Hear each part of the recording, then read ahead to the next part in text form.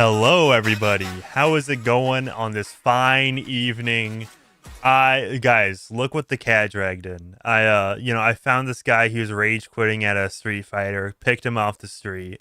We don't need Street Fighters. We need people off the streets, frankly. All right, welcome. Welcome, Gaitan Shaz. And okay, so just to pull up the new video from Idubbbz, like you see the new video of course first, but then you see fucking Rev Says Desu's commentary on it. That's like the second when the second result for your name is Rev Says Desu. I feel like that's a little off. And then like most of this is literally just like clowning on Idubbbz. Dude, Nux Taku clowning on you. Have the only people that have already reacted to this new immigration video, like are they all just the lolly guys? The lolly VTubers? I mean, that's wild. I mean, Manic. Oh, wait, you're not a VTuber. Ooh, dodged the bullet there. Not right now, yeah. The guys with questionable sexualities. So I actually have not watched this yet. But as you can probably see it in that the top of the description, Frogan's Defense Fund and Denim's Defense Fund. So he does link to the GoFundMes, and so this is the only part of the video, which is at the very end, where he talks about Idubbbz shouts at the fundraisers of Denim's, Casey Tron, and Frogan while scolding Ethan Klein. This is the only part of the video that I have previously seen. To some lawsuits that recently dropped. Of course, it's to like Gangplank Galleon. Frogan, Denims, and Casey Tron have all been sued, and they are trying to fight this off. I really believe in their cases, And I think it's important to either set a precedent or send a message that just because you're fucking rich and powerful doesn't mean that you can bully people on the internet, doesn't mean you can bully women, minorities, or fucking people who are poorer than you. And let me quote Idubbbz real quick. I'm okay with bullying. Bully me because of your skin color, race, ethnicity, I don't care. But don't be a little bitch about it. I mean, the thing is about that, he said that like 9 years ago, and he definitely does not. He does not stand by that video anymore. So I don't care. I still stand behind that logic. I mean, the logic. Oh, it's so funny because like, you doesn't mean you can bully women and minorities. Like, is Ethan Klein not a minority now? It like genuinely. Oh no, it's because he has money. Yeah, so money means you're not a minority anymore. Good if they can continue to fight this off. So I'm going to put the links to their GoFundMe's down below. All right, everyone, that is going to do it for this episode of Idubbbz Complains. There, GoFundMe is doing. Yeah. Like, they have them set to the option where even if you don't hit the actual goal, you still get all the money sent your way. So, Yeah, wait. He wants to be a bread tuber? Well, at least they have good editing. Filming a video in your basement apartment is one thing when you're 23. It's another when you're a middle-aged man. This is just depressing to look at. Ooh. Real. Yeah, so I guess we should just get straight into it. Because it's what is that thumbnail? Like, who are those? Who are these people? Who are they? I think one of them might be a part of the Nelk Boys, but I'm really not sure. I actually have no idea. And the framing of it all being from phones is a little weird. Yeah, I gotta say, I do fuck with the look of them popping out of the phones. Like that's some top tier thumbnail editing right there. I can appreciate that. Yeah, I mean, I don't know. It just seems kind of. It kind of reminds me of the Carton Arcs, right? Where it's like who's the Carton Arcs? Well, and also like if you look at what's on the thumbnail, it says lazy bones. He takes such offense to the word lazy bones in that one. All right, let's just check this. I like you see how it's just like in this effect. Hello, everybody. Welcome back to another episode of Idubbbz Complains. Well, that's trippy. I see him in the monitor. I'm genuinely curious. Is there a single good episode of Idubbbz Complains? I mean, I think the ones where he's complaining about stores with different names for their sizes is funny enough. It's like, who the fuck says grande? Just give me a medium. Like, that one's at least relatable, right? Yeah, because is grande medium? I thought that was big. Exactly. Like, I don't fucking know. Yeah. Okay. Yeah. What's the equivalent to medium at like Starbucks? It's like tall, large, and grande or some bullshit like that. Yeah. Coming to you live from Barcelona, Spain. This is not live. This was an uploaded video.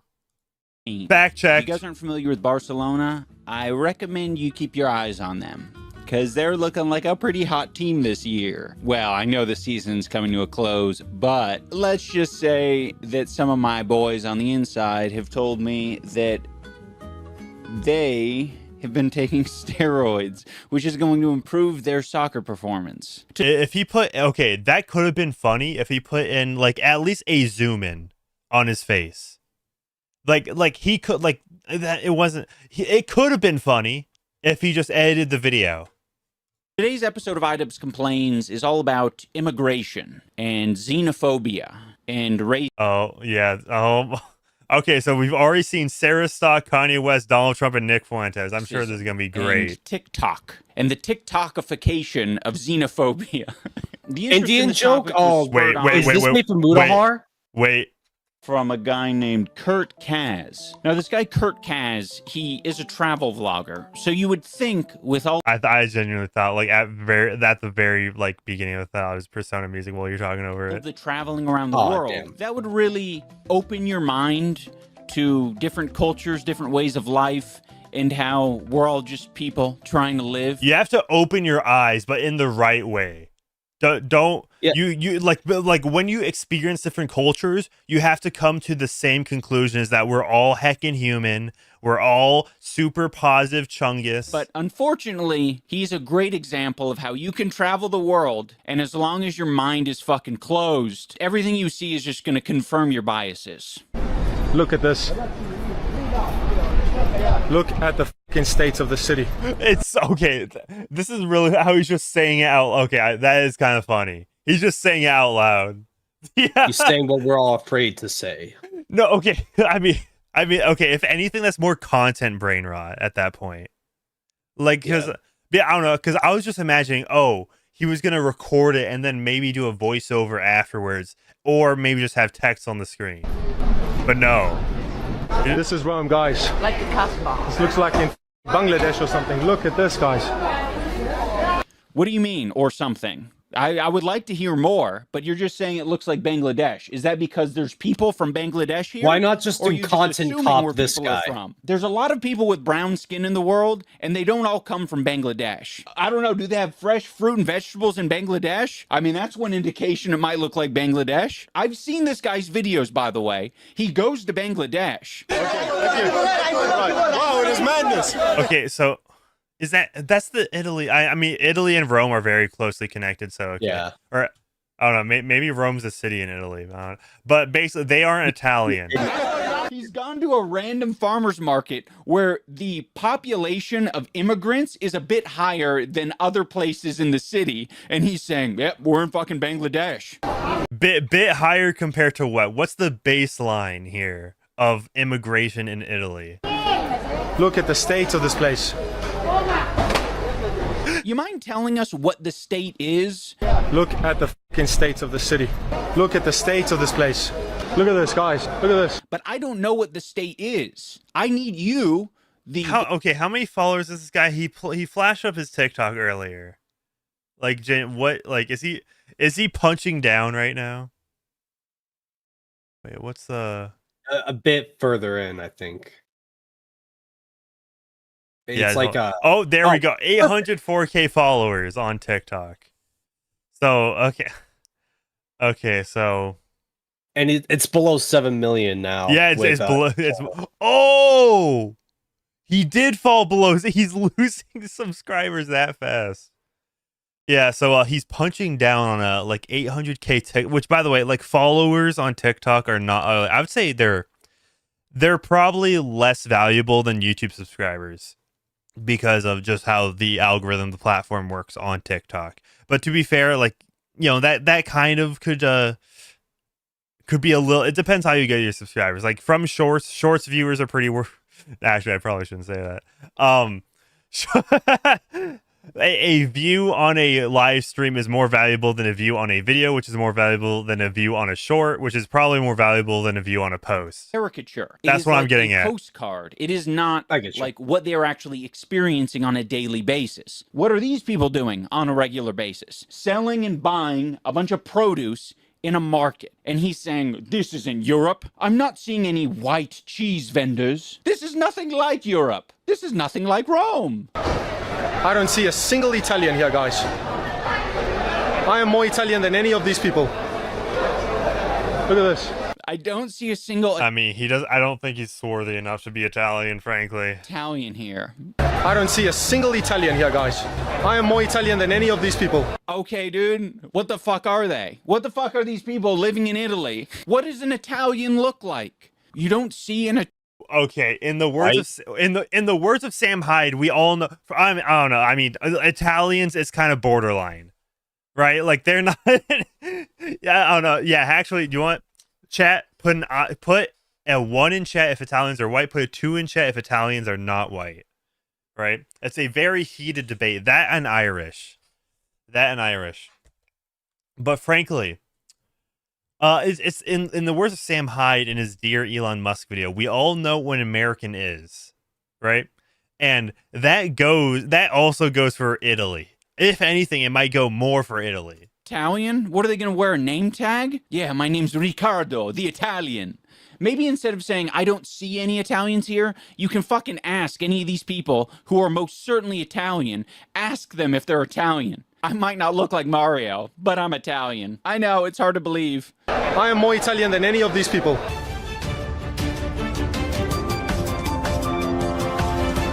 By the way, guys, his clothing brand is called Conquest. He's a white South African making travel vlogs that are vaguely xenophobic.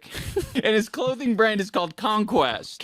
We gotta retire. Okay, so if he's from South Africa, and like obviously apartheid ended how long ago, right? I have no idea. Yeah, so it's not like he was involved in apartheid specifically. I don't know. I'm assuming that guy's probably less than 30. Is that a say? Maybe less than 35. I'm 100% certain less than 35. The guy in the TikTok I'm referring to, right? So he didn't have anything to do with apartheid. So you know, it's the same thing as like slavery here in America, where it's like, oh, you're to blame for your ancestors. But also, now that apartheid's ended and we're so far removed from that, we're getting like the counter to that, where South African politicians are actively and like in their campaigns saying kill the Boer, which Boer in South Africa means, you know, basically white people.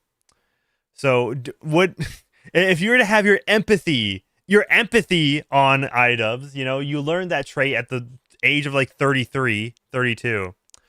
Wouldn't you be able to empathize with the white South African in this scenario? One of those things, at least. I would recommend the xenophobic part, but you could also change the conquest part as well. You know, at least one. Saying that the streets is dangerous. Perché? Perché hanno I coltelli tutti quanti, I maceti. Maceti? Sì, loro. Look at all these guys. Look at all the shits on the floor. And here they are, just loitering. Very dangerous, he's saying. I'm genuinely curious if he's going to bring up the UK now. Dude, it's just...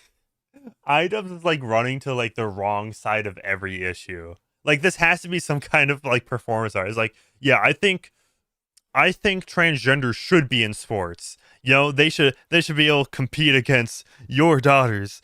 I think all of humanity should just be a melting pot where every single person is just an ambiguous shade of brown with no discernible qualities. Io adesso sono un centinaio, mi caricano, sicuro. So this is the part of the video where they really up the levels of propaganda. They start you off softly implying by just showing you like, this isn't like the postcards of Europe that you see. You guys have heard of Rome in your history class. You never saw pictures like this. You saw beautiful things like the Colosseum, but now you have to see immigrants. And then you get to this guy who's like, all right, now that I've primed you, I'm going to tell you how dangerous this street is that's adjacent to the farmer's market. Never mind the fact that none of you have any idea what this market is, what this street is. He's just going to act. Okay, so it's literally market that represents all of Rome. Okay, so he photoshopped this himself. This is an actual screenshot. Terrifying market adjacent to an even scarier street that's filled with dangerous hooligans. Act like he's an authority on the matter and vaguely. It would have been more interesting if he actually pulled up what the exact market was, so we can like cross-reference. Like, is it actually that crime-ridden? Like you could have debunked his point by pulling up an actual like Google Map review stuff. Imply that it's an immigrant problem and not a poverty problem. By the way, when I was editing this, I found the rest of this clip. He ends up leaving the marketplace and they go to some random public area. Catching pickpockets in Rome. And harass some people who are just minding their own business, talking about how he's from Europe and he's more Italian than these people. I think he mentions Africa at one point. We're in Italy. We are in Europe. We are not in Africa. Get away from me. Okay. This is my country. Yeah, Europe. Are you from Europe? I'm from Europe. Oh no, Europe is being overrun. Someone save Europe. Now these videos. Okay, like he's making a pedantic point, like Europe is not a country, actually. Okay, so Drew says okay, I watched the video Kurt Kaz is right. The Kurt Kaz video, not Idubbbz. This is from Drew in chat. The video layer shows the gypsies stealing, which Idubbbz will guarantee not show. Well, I think he's already moving on. Themselves are very bad. Dude, we're already like 6. Is he gonna go after some other guys now? But when you go into the comment section, you realize how many people these bad ideas are attracting. Samantha says, import third world, get third world. Well, Dang, 32.7k likes, man. these are not imports. These are human beings. But if you're referring to, there being a farmer's market, that's kind of a first world thing. That's just called a regular market everywhere else. So yeah, you're Okay. wrong, and you're also stupid. This is what What did he debunk there? What's the argument? What genuinely is like, they're heckin' human beings. It's like they're human beings from the third world, and there is the reason that the third world is like a third, those third world countries are third world countries, right? Is it just because of the geography there, or is it because the people there? Like, are you going to address? Has Idubbbz even thought about this at all? the liberals want in America. Yeah, and they're getting it. They're getting their farmers markets, and they're loving their farmers markets. Thank you for making this. Yes, because that's what I think about American farmers markets. If anything, right? Like, okay, I don't know if you guys can speak to your experience. Like, it's mostly just like yuppie whites that are mostly the ones running farmers markets. Content and hopefully waking up the European people. Oh yeah, this is something that you're going to see a lot, is people just sort of, when it benefits them, they will invoke the continent of Europe, and when it doesn't benefit them, they'll be very specific and say, oh, it's this is a real problem in the UK. This is a real problem in Rome. Europe is finished. He's not pointing. He's not pointing. I really hope he actually like makes the point, because he keeps trying to like distinguish like Europe and different European countries, but it's really falling flat. Because I mean, when the entire continent as a whole is suffering the same problem, and you can point out in each individual country these problems are existing, yeah, it affects Europe as a whole, and Rome individually. Yeah, not to mention that most of them are in the European Union. Obviously, there are some exceptions of European countries not in the European Union, but there is a governing body over all of them. And it's like saying, it's like the same statement of like, oh, this is a problem for America. Yeah. Oh, like, are you talking about California or Texas? Right? Like, yeah, it's like, like imagine if I'm like same difference. Yeah, imagine saying like, oh yeah, immigration is such an issue, and then it's like, obviously, like, say you're in like Alabama or Texas, and then somebody from like Connecticut is like, actually, I think it's too white up here. It's like, okay, come move down here. Rome has fallen again. Oh man. Again. Yeah, farmers markets will be the end of Rome. This is what America would be if Trump didn't put a stop to it. Yeah, and how's that working out? Import third world. Wait, okay, hold on. Well, what three names did he? What three? U.S. is okay. Who cares? And American veteran, literally like the lowest bit rate, like image ever. Joey Garcia. Okay, was Joey Garcia the like quote unquote was it Maryland man who like essayed people? Working out. Import third world. I don't know. Become third world. I don't like. I just. I don't know. Surely he's not that like lowbrow or lazy in his editing. To at least like kind of, if he's gonna put the name of the specific guy detained by ICE, hopefully you wouldn't put the guy who infamously was like touted as a Maryland man and then turned out to like, be an abuser. From Rome, and yes, it was bad. Scammers and graffiti everywhere. I'm not even Italian, and it makes me sad. Well, don't let your racism affect you too much. For all you know, the Italians are loving it. This looks like Toronto as well. Unfortunately, same in the UK, even worse.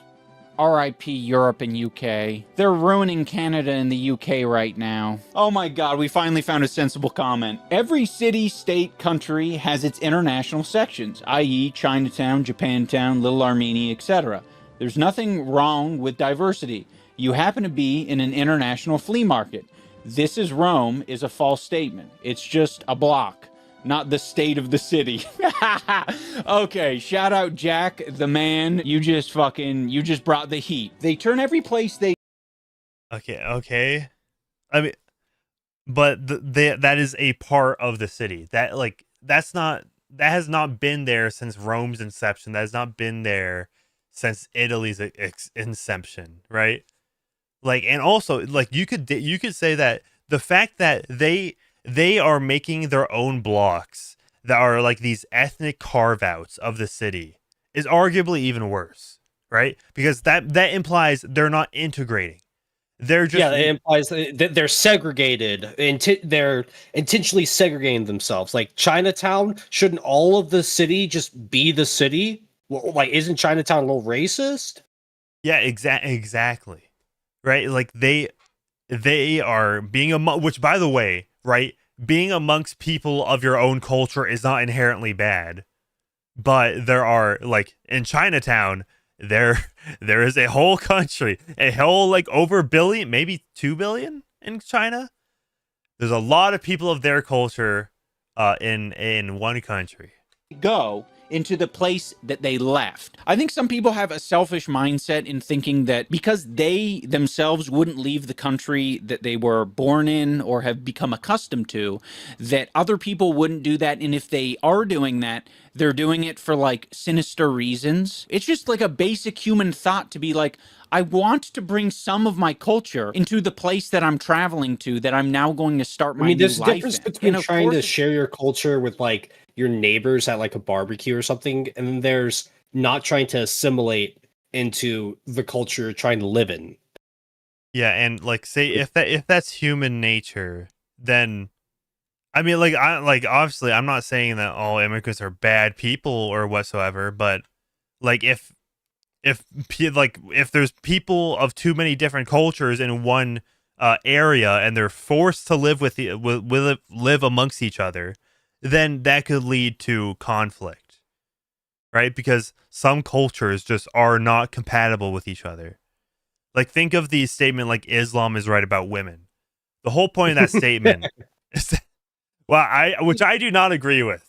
The whole I'm sorry. Go ahead. You're explaining it.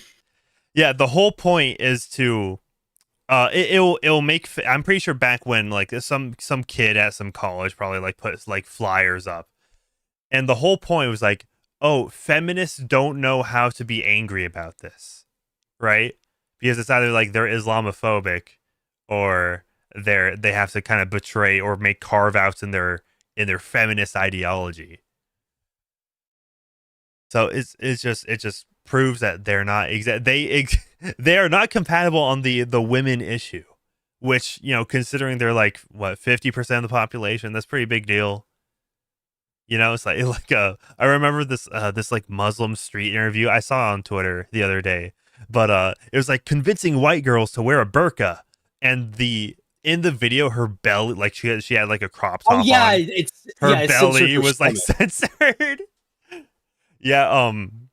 Yeah, so, you know, there is a reason that Arab Muslim women are covered from head to toe, and because they have very dire consequences from the men if they don't dress that way. Going to be these places that are desirable to go to and that are very multicultural. There's a reason why people are referencing Canada and the UK. It's because people who are immigrating to these countries like these countries. They like that. Yeah, I'm sure all the Indians just taking a massive shit on the beach, you know, just in a hole and dumping, fat dudes just on, in public with everyone looking around. Yeah, I'm sure it's because they love the country. And, God forbid they learn how to go to fucking public bathroom. Yeah, I mean, Tolis just ain't their culture. What They're can you already say? kind of established there, and there are foods and routines and places to go and people to meet that are going to allow them to integrate better into the society. Okay, we got another comment. It says, I mean, you say that as if every immigrant wants to integrate into the society that they're immigrating to. Like, some of them are just there to earn more money. Yeah, let's see. What's that one Somalian candidate for, like, what is it? Not Minnesota. What's the New York? No, or- Minneapolis. That is okay. Minneapolis. Because I remember, like, he referred to. I'm pretty sure he referred to Somalia as his like mother country. Let's see. Wants to. Okay. Okay. Let's see where it is. Democratic Socialist candidate wins DFL endorsement for Minneapolis mayor. There is a clip here where he's talking about seek support.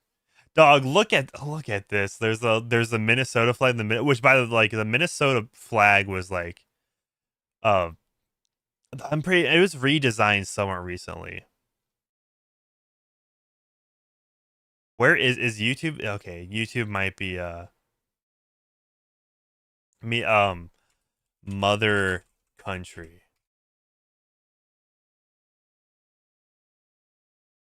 I'm genuinely trying to find this, but I can't. Okay.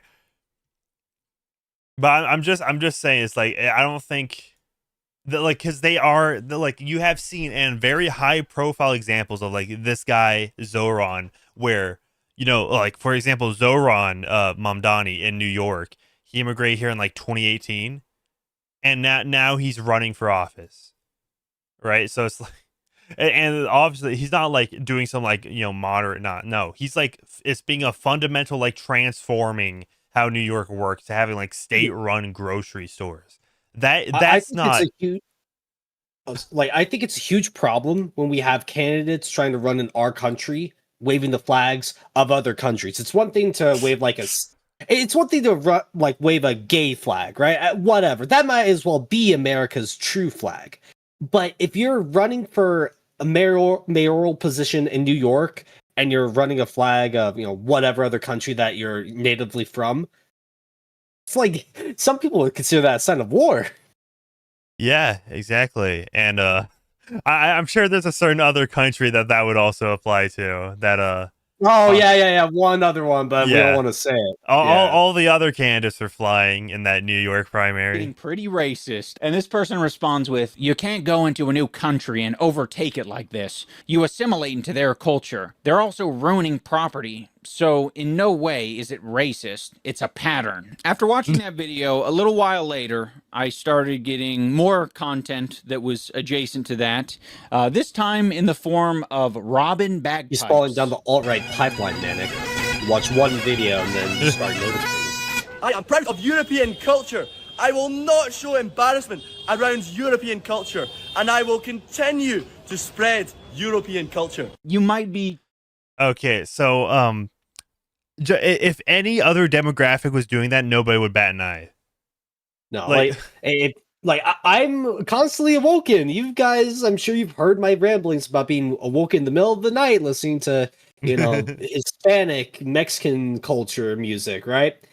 And I'm supposed to just live with it. But if I started blasting anime weeaboo shit, it looked like I was the problem. Yeah. Yeah, we gotta blast them with the anime OST. Taking a lot of credit here by saying that you're spreading European culture. You'll notice that a lot of people going into the UK and a lot of Mexicans going into the are they gonna do the thing where it's like, whites don't actually have culture? US, they're not doing this shit. They're literally just living their lives, and I think a lot of people like. Okay, Manic. The other day, I was like going to pay a bill at like the local grocery store, and a person in line just had their phone out blasting some music, right? Mm-hmm. And it's like no headphones, just letting it rip. And to me, I thought that was pretty insensitive. Oh, but it's part of their culture, I guess, to just be obnoxious whenever the fuck they want. See, I don't know, Muslim people wearing hijabs or Indian culture being expressed or any of these like... Oh, wait. Why, genuinely, why did you have to say, why did you put that one? Hijabs or Indian culture. What? That is he was the Prime Minister of Canada. Like... Trudeau? Yeah, Trudeau. Like, and he's in this like Indian attire. Doesn't that show that like even like the immigration problem in Canada has gone so bad that even the Prime Minister has to like basically kind of like adapt their values?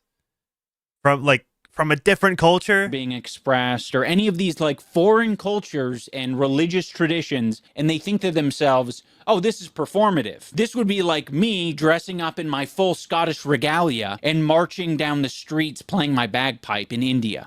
It's like, that's not what it is at all. The immigrants going to your country of Scotland or wherever else, they're literally just trying to live. And you interpreting their culture as like this exuberant display, or them bringing the third world to your country, is just ignorant. He says, I brought cultural enrichment back to European markets. I love this British market. You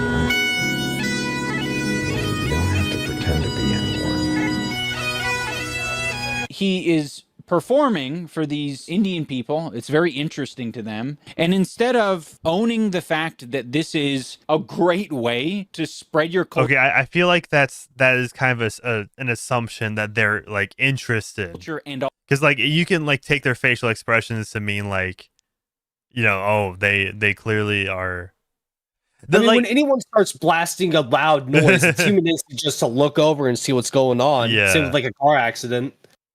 So. Owning the fact that this is a great way to spread your culture and also get views online, he's deciding to bring this sort of disgusting xenophobic element to all of his content. If you hate your own country so much that you want this to replace it, that there's something seriously wrong with you, follow me around the world if you want to spread European culture. Because I think it's like it caught my attention, and I'm sure it caught a lot of people's attention because of the contrast. You don't often see the little ginger kid in India playing his bagpipes. What? Is that social repos? Okay, so okay, to cap off this, if he's literally in India, then I this is more content than anything else, I would say. See the little ginger kid in India playing. But I can understand this being more egregious than it happening in like literal Ireland.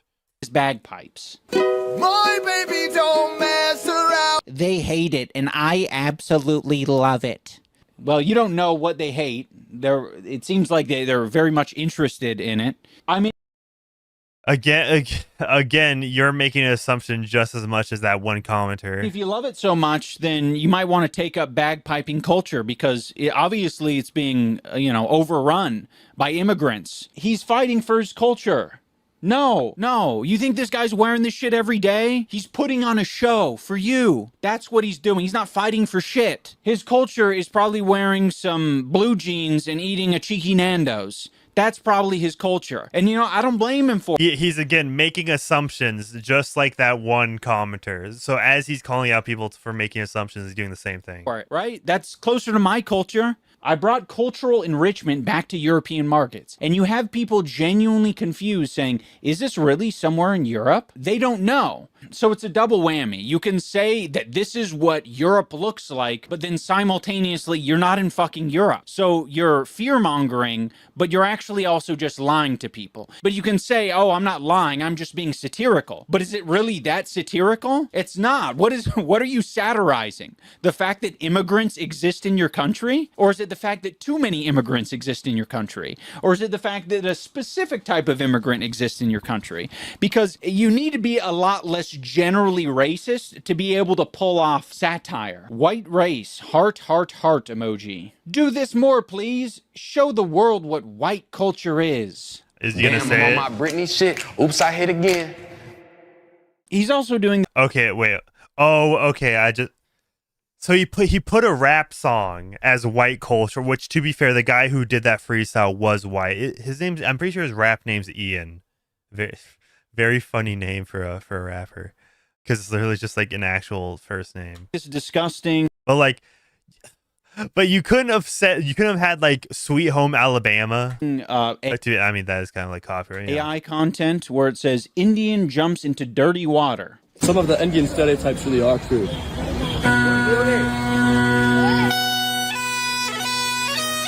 It is AI, guys. Chill. And then you read.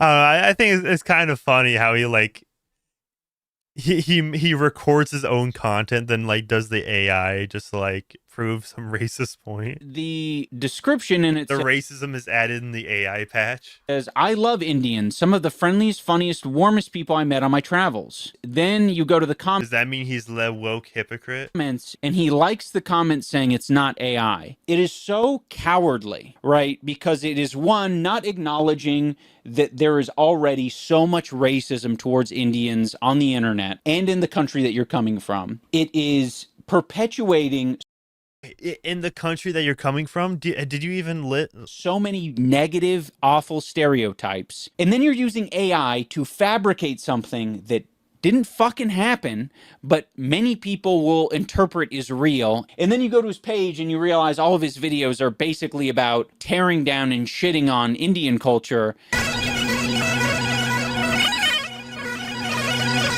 And not really even propping up Scottish culture. It's more about saying that Scottish culture is your... Okay, where's, like, how do you know that there's a lot of Indian hate in Scotland? Like, where do you get off on saying that? Like, in Scotland specifically? European culture. Very bizarre. I am proud of European culture. I will not show embarrassment to European culture. And I will continue to spread the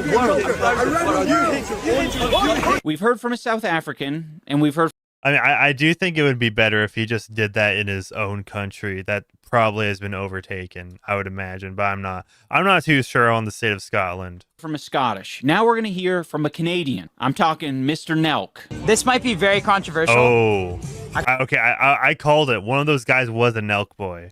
I can't say it. This is the way I'll say it. Tim Hortons, if I walk into a shawarma restaurant, I don't want to see a white person serving me. Does that make sense? Yeah, 100%. If I walk into a shawarma restaurant and I see a white person serving me, I don't want it. So you can figure out the other You can figure out the other side. If I see a white person in there, I'm fucking out. And Tim Hortons, you can figure out the other side. Listen, Mr. Jelk, it is still racist when you're Mr. Jelk using white people as the example for you to make the racist statement. I want white people to be cooking their white people food and brown people to be cooking their brown people food. That's weird. We don't like that, all right? By the way, it's Tim Hortons, not Hortons. Okay, wait, okay. Am I just not familiar with what Tim Hortons is? I have no idea what it is either, All right. so I can't. We're gonna do a little bit of research. What culture of food is it? Let's see. Tim Hortons. Okay, it does seem to be more of a Canadian thing. Let's see. Okay, I mean, it's just. Oh, I'm looking at it. Let me just make sure this doesn't have like franchise. What's the menu? Okay, we got the menu. Not putting in my address. Just let me. It's not okay. Let me. Okay, I'm just gonna type in Canada. No, oh my. Okay, it's not giving me the menu. What's the menu at Tim Hortons, dog? Okay, Canadian. Okay, we're just gonna look up the Wikipedia. All right, Can you look at the flashbang. early life as well, just in case? Okay, Canadian multinational coffee house and restaurant chain with headquarters in Toronto. It serves coffee, donuts, sandwich. Okay, so this is a Canadian thing. Breakfast, egg muffins, and fast food items. So okay, this is like fairly standard food. Like I don't think I wouldn't associate these with any one culture.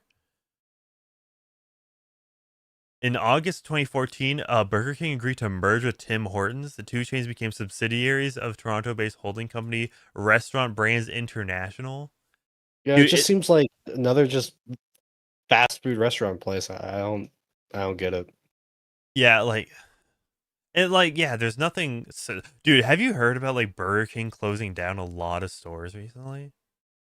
Or I like, guess within the past- I guess the guy on the plane with the crown has negatively affected them too much. No, they redesigned the crown.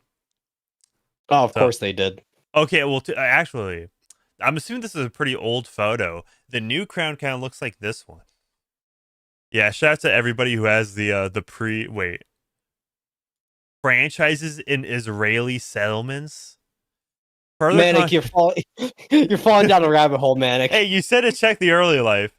Further controversies have occurred during the company's expansion in the Middle East. The opening of a Burger King location in whatever, an Israeli settlement in the Israeli-occupied Palestinian territories led to a breach of contract dispute between Burger King and its Israeli franchise due to the whole hotly contested international dispute over the legality of Israeli settlements in the Palestinian territories in accordance to international law. The controversy eventually erupted into a geopolitical dispute involving Muslim and Jewish groups on multiple continents over the application and adherence to international law.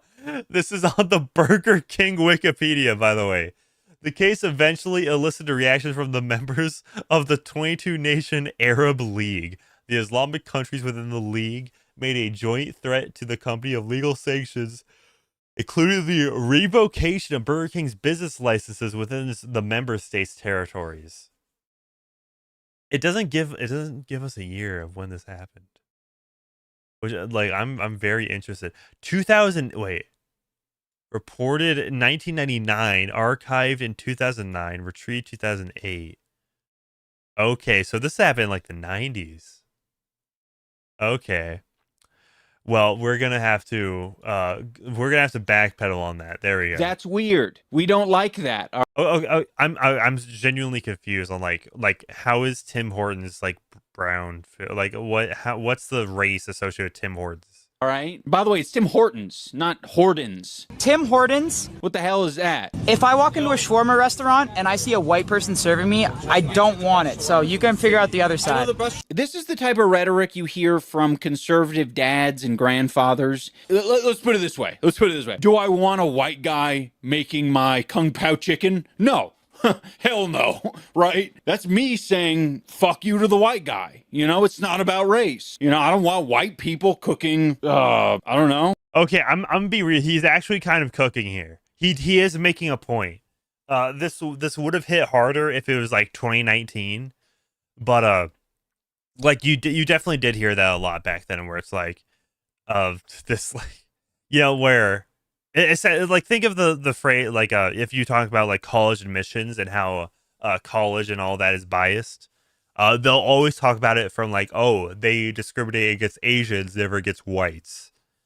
So like even in like the conservative sphere, they kind of like put down white people, especially back then. And by the way, that's Chuck Schumer, which he's not exactly white. Take a wild guess. Tamales? You think if I go to Japan, they're just gonna welcome me into the #1 sushi restaurant in the world? Probably not. Probably not. And would you say that they're racist because of that? Probably not. Probably not. It's like if you walk into an Italian restaurant, you want Italians serving you. I am more Italian than any of these people. Dude, back in the day, when I used to go to Tim Hortons every fucking day. I think the real moral of the story is just cook at home. Don't go outside. Does he not know what ethnicities are? I would get a bagel and cream cheese with everything, and they'd put the cream cheese on both sides. Now what they do is they take the scooper, and they fucking put it on one side, and they fucking clap it like this. It's bullshit. You're describing this generally low-skilled job as like some high cuisine. If someone fucks up half of your Tim Hortons order, it's still Tim Hortons. What does chat think? My Canadians, back me up. Unfortunately, for everyone who backed him up in chat, you are, I regret to inform you, racist. It's done. It's gone downhill. And I want to rep Canada and I want to rep Tim Hortons, but like, I don't really rep Tim Hortons like that no more. We do not care, Dr. Joke. You can take that repackaged boomer racism somewhere else because we're not buying. This guy's my fucking age. Bagpipes seems a little bit younger, which is even a little bit more troubling. And then the Conquest guy, they're my age, and I fucking look at them and I'm like, you fuckers are traveling to different countries. You need to be the change. You can be a bro and not be racist. You can make a beer company and not be racist. It's totally possible. In closing, I want to speak to all of the people who buy into this rhetoric. There's nothing to fear. You know, people in other countries are just humans living their lives, trying to exist. And when they go to your country, they're also just trying to exist. And it's not a fight. It's not a war for whose culture is going to win out. It's going to be a mixture of cultures. Tell that to, you're going to have to deal with. What was the city in America where they had a bunch of Haitians suddenly live there? Talking about Springfield, Ohio? Exactly. Yeah, like like you guys know the place I'm talking about, but yeah, I'm sure those people, you know, integrated perfectly. I'm sure that there weren't total huge news stories about how teachers can't talk to their, you know, entire class anymore because now there's like 30 Haitian kids that don't know how to speak English. But yeah, it's totally not like they would go to war or anything. It's totally not, you know, like, it's all fine. All immigration is good immigration. Yada yada. Yeah, like at the end of the day, right? Like if you like there like we have experienced like the biggest or like the biggest movement of people throughout the world ever in just like the past roughly like what 40 60 years. I mean really 40, I'd say it's probably a better count. It's like what we're experiencing is very unprecedented, and I think it's just like obviously there are going to be some new issues that have not come up, and when people are exposed to something that they thought that they were past, like, you know, like toilets were invented hundreds of years ago. So to see people that don't value toilets, then it's or, you know, women's rights or whatever, you know, just some basic things we take for granted. That's like, it's in our baseline. It's like in our psyche. It's like, oh yeah, this is what a society is. And then you see somebody like pick up a goose and then grill it. Right? It's like, huh. And, you know, obviously that person doesn't speak English, and then you get like you can't. And then you get called racist for telling them that they shouldn't do that. One person cannot teach a classroom that speak 5 different languages across like 30 people. Fact that a mosque was erected in your city. Oh no, well guess what? You don't have to go to the mosque. It's not a crime for it to be in your line of sight. Before I go, I want to bring your guys' attention to some lawsuits. Crime in entire communities erect, you know, 15-meter tall statues honoring gods and stuff, and, you know, countries that aren't predominantly them, but yeah. Let me be very, go to a primarily Muslim Arab country and try going to a church, right? I'd really like to see that happen, right? Like just see how, or even, you know, just wear a cross in one of those. Just, you will not get treated the best. Like that's objectively the case, and also like a lot of these mosques, they literally may be replacing something that was previously there, whether it be like some small business that got bulldozed to build it, or maybe even it was previously a church. That happens more in like the UK, I think. But it's not a zero. It's not, or it is a zero-sum game, just to a certain extent. Recently dropped. Frogan, Denims, and Casey Tron have all been sued, and they are trying to fight this off. I really believe in their cases, and I think it's important to either set a precedent or send a message that just because you're fucking rich and powerful doesn't mean that you can bully people on the internet, doesn't mean you can bully women, minorities, people who are poorer than you. And I think it would be good if they can continue to fight this off. So I'm going to put the links to their GoFundMe's down below. I really hate how he's framing these lawsuits. Like, the way he's framed that these lawsuits are just frivolous against, you know, women and minorities. It's like H3 explicitly says in his video talking about it that it's not just because they're women and minorities. No, it's because they blatantly disregarded copyright law. Yeah, Idubbbz donated $420 one day ago, and this is to Casey Trons, who's like the chronic weed addict. Great. Let's see. It did Idubbbz. Oh, Idubbbz another 420 here. So he did play. I mean, hey, by the way, none of these has reached their goal, by the way. Yeah, I mean, at least he's putting his money where his mouth. Okay, so I have a question. Why is this one 200,000, yet the other ones are like what, 100? Yeah, I was just about to ask why does she need 2 times? I know why she needs twice as much money, but like that is so funny. Like she just has it double. And wait, let's see. She's last place. She's last place, yet is expecting twice as much. She has the least donations by number 2. So, like, because this has 1K donations, 1.4K donations. I'm sure if we average this out, she might have the biggest, like, average. The biggest. Like, the highest average donation, right? Like in a single donation, she may make more on average. And always remember, Manic, if they're poorer than you, you can't sue them. If someone T-bones your car and it's like more expensive, your car's more expensive than theirs, you can't ask for their insurance or sue them for, T-boning you because they're poorer and a minority and they don't know how to read what a stop sign says. And that's why they that's why they T-boned you. Oh, you can't sue them. Like, why not? If they break the law, sue them. That's what's great about America, right? Right, Manic? Yeah. Just sue everybody. That's how you take care of your issues. Exactly.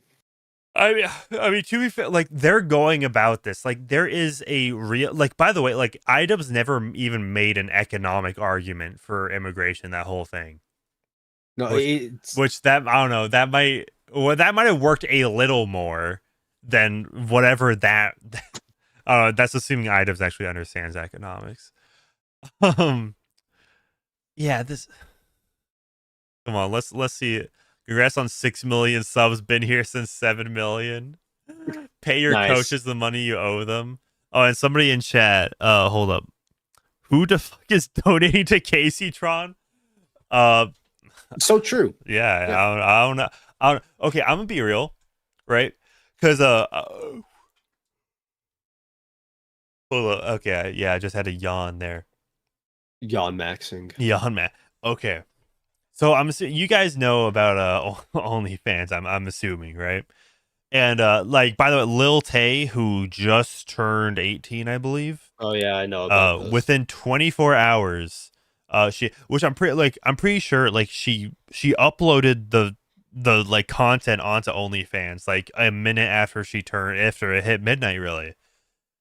Which would imply that she took the images and whatever content she recorded before she. Okay, I'm just saying, right? She made what, $1 million in like less than a day. Yeah, something like that. I'm gonna be real. I highly doubt, at least in America. Okay, I really want to see OnlyFans' user base by country, because a part of me just doesn't believe there are men out there in America specifically that are like actually paying for the content in the big 2025. Like a part of me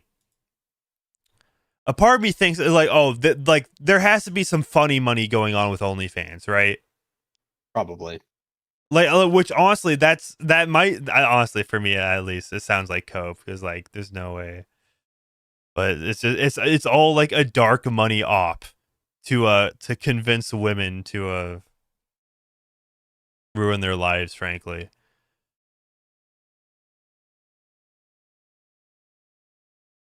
Yeah, so that was that I can see indeed. Thank you, high powered. Oh, okay, wait, there is the. Yeah, I think the comment got away. I have no idea what the comment was I was referring to, where it is right now. Oh yeah, from Fingolia, Idubbbz, famously responsible when fundraising. That's so true. Yeah, because when Idubbbz, by the way, has Creator Clash ever did they ever do some fundraising after it was canceled? Open comments, that's brave. I'll give you that. My liberal friends are gonna love this one. I'm still searching for the positive comments. Oh, this guy. Yo, okay, dude, I'm tiny. I should probably like drink coffee. Drinking coffee before streams is probably a better idea than doing Adderall. You've been on the grind for a while now, bro. I have. It's because my return video was in February, was it?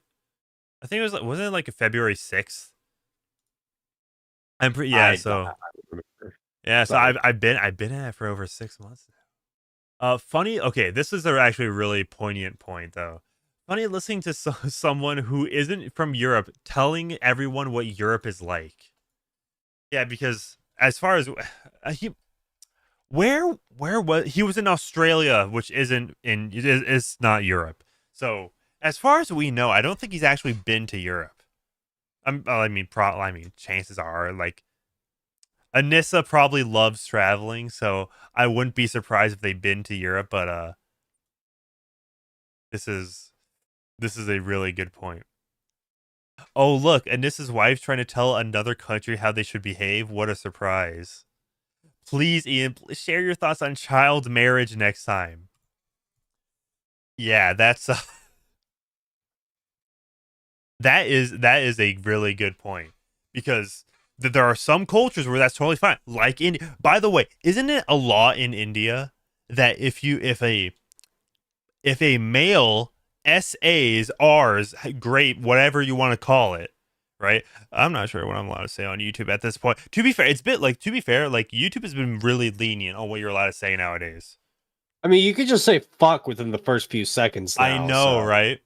But no, my like one of my friends, like he's like a history YouTuber. My mutuals, he one of the oomps. Yeah, one of the oomps. Yeah, he was which I might be playing Castle Crashers with him soon, because the new DLC for Castle Crashers is coming out tomorrow. So might play that's gonna be on the second channel, because that if I'm just playing a game on stream, that's gonna be on the second channel nowadays. But like he was like telling the group chat that's like, oh yeah, we like I can just like put Hitler in the thumbnail and title, and then it just works. And, like, I'm fully monetized. Which, like, even when it's like fully monetized, I still don't trust it. Like, maybe the algorithm will like blackball you at that point, but yeah. So, but in India, like, if a man forces himself upon an Indian woman in India, I'm pretty sure there's a law that like she has to marry him. Or I should probably fact check this. I should probably ask Grok. Yeah, let's start grokking it. Can I okay, there we go. Is there a law in India that forces women to marry a man? Okay, let's just make sure. I don't want to be like anti-Indian just for the sake of it. I do. Indian law explicitly protects individuals from forced marriages. The Indian Constitution, which, okay, court and Supreme Court rulings, for example, the Supreme Court in 2018 say the right to marry is a fundamental right, and marriage must be based on free and. Okay, I'm gonna be real. What is a right to marry? Like, what is a right to marry? Because that implies like when rights imply entitlement. So if there is a right to marry, that means you're like, for a man is entitled to a wife. The Prohibition of Child Marriage Act 2006 sets the minimum marriage age at 18 for women and 21 for men. That is really odd. Wait a minute. So it's different for men and women, but men have to be older in order to marry. That's a little. See, we're just learning about different cultures right now. Yeah, we're enriching ourselves. We're broadening our perspectives and worldviews. Yeah. Forced marriages are also addressed under the Protection of Women from Domestic Violence Act 2005, allowing women to file complaints against relatives, including parents, for coercion. Additionally, Section 375 of the Indian Penal Code defines non-consensual acts, including those under false pretenses like promises to marry, as potential grounds for illegal action. Wait a minute. That's a crazy clause right there. So, okay. I'm curious now. While social and familial pressures may exist, particularly in rural or cultural areas, these are not legally sanctioned. Women can seek legal recourse through police, women's cells, or courts if coerced. A recent claim on X suggesting such a law exists is inaccurate, and no such legislation. Okay, expand on. I'm genuinely curious. So like, if you like fuck a girl and like like saying that you're gonna marry her or whatever, is that like and then you like bail out of that promise? Is that where women is coerced or deceived into relationship or marriage through false promises? Oh, okay, I see what's going on. Okay. So that's basically like lying about your legal status. Or not legal, your money, your financials. Disclaimer: Grok is not a lawyer. Thank you, Grok. Thanks for the heads up. One specific covered in it when a man induces a woman to engage in sexual activity by promising marriage, knowing he has no intention of fulfilling that. Okay, so that is what I was generally talking about. If the woman consents to the act based on the false promise, the law may consider her consent invalid because it obtained under false pretenses. This can also lead to the act being classified as R. Broader implications of marriage. Okay. Yeah, so, okay, breach of promise to marry. While not a criminal offense per se, if woman is deceived into a marriage or relationship under false pretenses, man misrepresenting his marital status, financial stability, or intent to marry, she may seek remedies under civil law for damages under criminal law for cheating. Yeah, I was like, dude, imagine being the guy like working for like Elon or just for Twitter. Like, I don't know. I'm assuming those have to be like the highest paid guy. Actually, never mind. They're not even in India. They're getting imported here. What am I even talking about? Yeah, so okay, we're learning about some India, which by the way, it's still crazy how like these acts were in the 2000s. Like the Prohibition of Child Marriage Act was in 2006. 2006, less than 20 years ago. Mind you, that's and then 2005, obviously, the Protection of Women from Domestic Violence Act 2005. That's 20 years ago now. Took them. They've only had it for 20 years. And I wonder if anything's actually changed. Like, do they really enforce these laws? Because it's one thing for a law to be put in place, but like we understand that it's more important for the laws to be enforced, but I can't say they aren't. I'm just asking questions. Yeah, I'm not gonna pretend like I don't know. I don't even know what like a Indian police uniform looks like, frankly. Yep. Yeah, this is just like the DS has existed longer than the Prohibition of Child Marriage Act. Oh, that's wild. Yeah, that is wild. Then, like, obviously, there are people that are like the people you saw in those videos and that were clipped by Idubbbz. That they didn't look like they were just like 20 years old or like they looked like they probably would have been able to marry before these laws were passed, quite possibly, or maybe they just missed that cutout point. But yeah, this. Okay, let's go into some more H3H3 versus Ethan drama because I see a couple of clips. Let's see. Kyle Kalinske explains why he won't make a video on Ethan Klein. Let's see. Have you ever thought about making a video criticizing Ethan Klein's Hezbollah? I think he's dangerous because he spits pro-Israel propaganda to an apolitical audience while claiming to be pro-Palestine. No, I think Ethan is pretty well handled by by Hassan and by the 48 other people who've pummeled him into the ground. Yeah, I think that guy's done a number to his reputation. I mean, his show basically like imploded in terms of his numbers. You know what I'm saying? Do we want to fact check that? Saying like he used to be one of the biggest YouTubers, and now he just sort of hit a brick wall. Yeah. Really? Okay, he hit a brick wall because he got so political. If anything, like if you look, I mean, he also hit a brick wall because he wasn't uploading any new content. Yeah, I mean, like, yeah. To be fair, if you want to grow his audience, probably like the productions channel would probably be the good way to go. But on the H3 podcast, let's see top videos. So okay, this is like peaking 7-8 years ago, and then frenemies. But if we go to live stream, we might see a better representation of that. Yeah, so for his live streams, he did peak like 4 years ago. But these are long live streams, so he probably made good. And obviously, this is only on YouTube. But most of his biggest streams are with the collaborations and with the frenemies, which is like with Trisha Paytas, and also like this one girl. I don't even know who she is. Let's just check in. Let's check in on what the H3H3 Productions. How did that peak? Wait, hold on. Wait. What is this? My entire partners. My entire crew just left. Ethan tried to tame a horse and went horribly wrong. And police were hold on. This isn't even a podcast. Wait. Okay. Are you saying they just make videos on the podcast channel? I don't know if they filled you in, but I'm a poetry major. Oh, no way. Where? Why not put this on the main channel?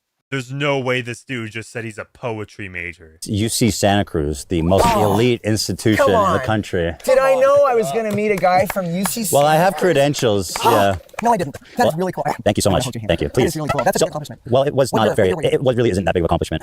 I failed out. I'm going to tell people whatever is this you supposed love. to be like an interview? What if we? I have no idea. No, there's action here. You can run a little bit, Ethan. Get out there. Come on. I would love that. I mean, this isn't as like tightly edited as I remember H3H3 Productions, the main channel being, but like still, this is not fitting for a podcast channel. Let's see, H3 Productions. Because if we check what his most like he was still making like good views on his main channel. He just stopped uploading there. Which to be fair, like I mean, I don't know. I feel like this is a channel that you could have just like kind of, recorded, did your thing, and then just put off on an editor, right? Like yeah, I can see that. Like if he really wants to keep it going. But he made really good views with the short and concise videos. Let's see, what his most popular videos are. Vape Nation 9 years ago, 29 million. Ooh, it's not even 8 minutes long. These glasses cured our color blindness, featuring Idubbbz 8 years ago. Kissing prank. Yeah. Feeding the homeless, and you can see Filthy Frank in the thumbnail. Experiment, glowing 1000 degree knife featuring Idubbbz. Sit down, Jake Paulus every day, bro. Yeah, so like he could have kept this going pretty well. Like even if it like obviously we just won't know because he didn't really keep this going. He didn't keep that momentum past 2020 just about. Would you think if anything 2020 would be it'd be a good time to double down, which to be fair, like chances are the podcast channel just makes more money even if it's like less views. These are so much longer. Then it's just like Vosh exposed for messaging a minor allegedly. Oh, I remember. We streamed about this. We sure did. Yeah, so because like 7.6 million views on a live stream that's like 2.5 hours long. That's crazy. But most of these are like over 2 to 3 years old. Like he did already peak quite a while ago, but you could say that's who Terry Joe? Who is that? Tana Mojo streamed 2 years ago. The rehabilitation of Tana Mojo from the people that were going after her back in like 2017 is crazy. Guess who the D'Amelios are suing? Did the the TikTok stars, did they start suing H3H3? Okay, yeah. Well, I sure hope they're not suing someone that isn't making as much money as them, because that'd be bad. Yeah, let me. Okay, I'm gonna pull up Ethan's social blade, but I'll continue on with Kyle Kalinske. What happened here? Okay, there we hit go. A brick wall. Yeah, he used to be like a prankster type dude, and then he did like a left wing show with Hassan, and then now he has like this massive hate boner for Hassan, and he shits on him all the time. And he he just sort of ruined his own credibility. So no, I think he's handled. I don't view him as like he's not like a really. I mean, he's right. The in my second mind, he I don't tried view to him as, actually like, a be big friends with Hassan is political when commentator, his political credibility was player. ruined. He was But like a dude who he had good intentions when he was doing it. He thought it was the right thing to do, but obviously it bit him in the ass. Yeah. Okay. I tried looking up the H3H3 podcast on Social Blade. Apparently, I need to like pay to look at his statistics throughout the last 3 years. Rip bozo. What the hell? Wait. Okay. Wait. I'm looking. Okay. I'm looking at Social Blade. What happened here? Why did? Okay. So this is Tuesday, August 5th. And minus 7.95 thousand views. Did he delete a bunch of content? Oh wait, this would imply right here because it shows when a video is deleted. Well, okay, you can see the daily average and then last 30 days. You can see it's a little. It is kind of like. So okay, minus 10K subscribers for the last 30 days. So 10 million views in the last 30 days. So he's not gaining subscribers, but that also applies to Idubbbz. I mean, Idubbbz is really actively losing them. So yeah, but like as far as we know, yeah, H3H3 is losing them too.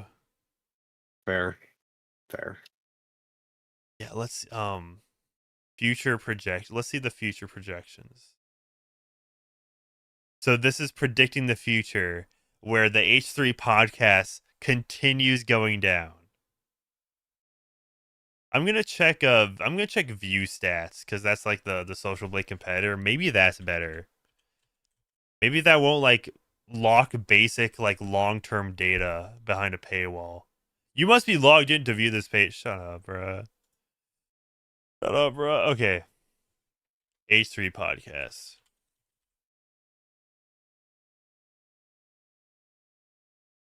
Let's see just how horribly he's doing. So he's making.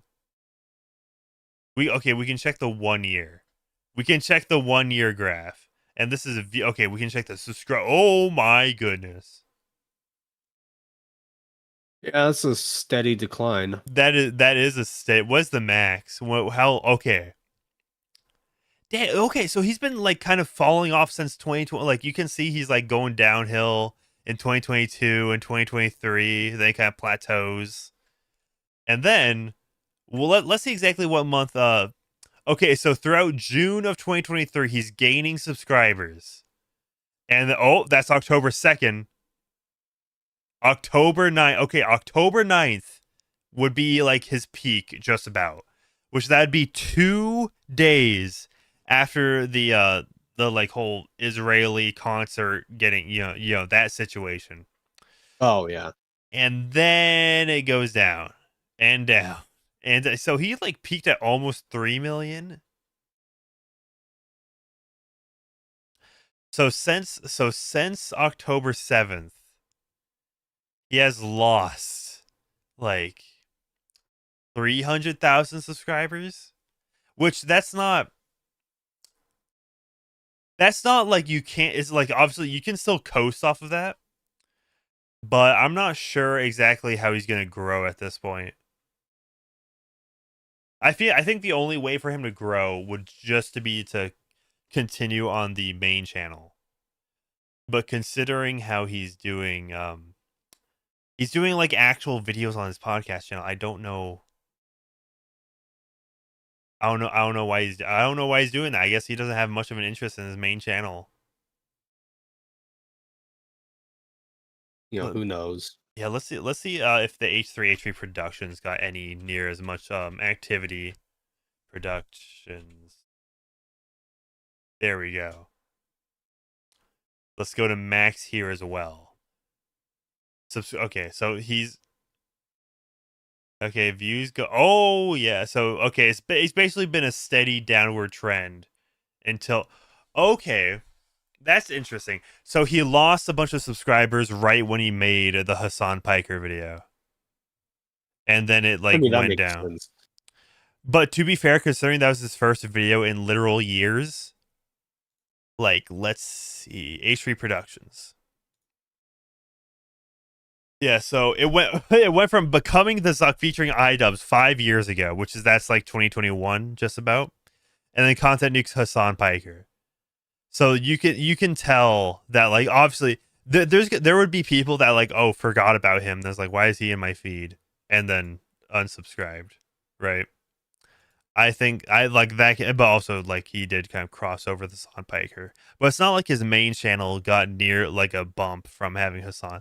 Wait a minute, he used to be above 6 million. Now he's under. Oh my goodness, dude, that's crazy. He has passed the 6 million threshold and then declined for. I really wish I could see, like, I don't know, see like his I want to see the graph from like 2015 to 2021, you know? Yeah, like, I get you. Or at least, because I want to see where he peaked. What was his all-time peak? Because we've like this is mostly because of inactivity, because just from 2022 here. Yeah, he fell below 6 million long before.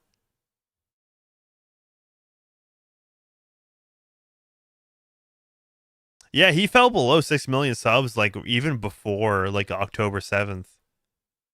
Yeah, June of 2023 he fell below 6 million.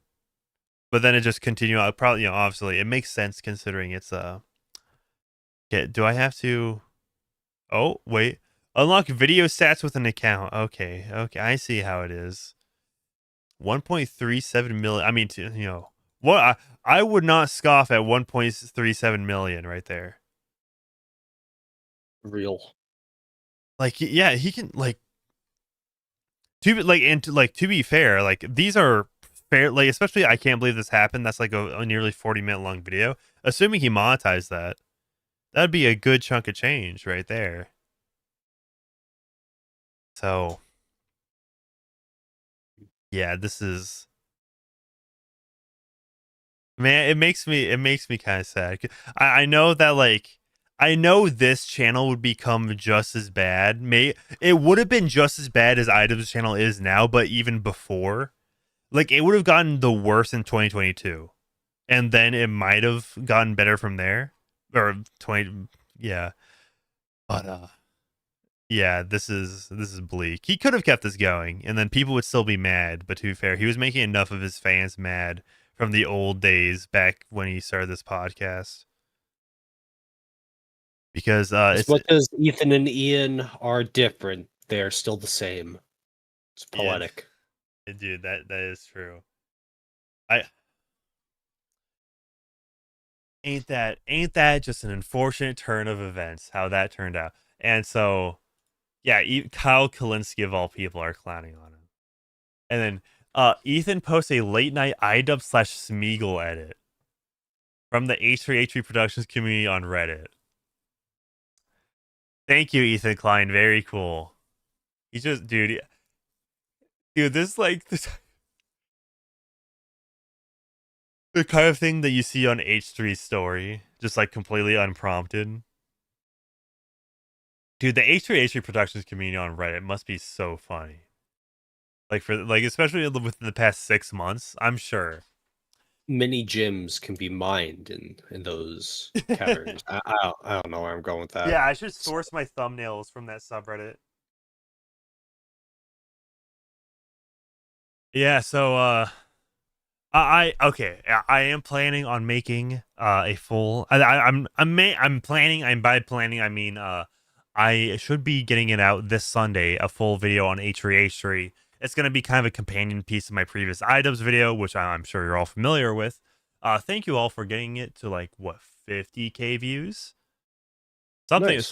That is a pretty good threshold. Is bro going homeless with this one?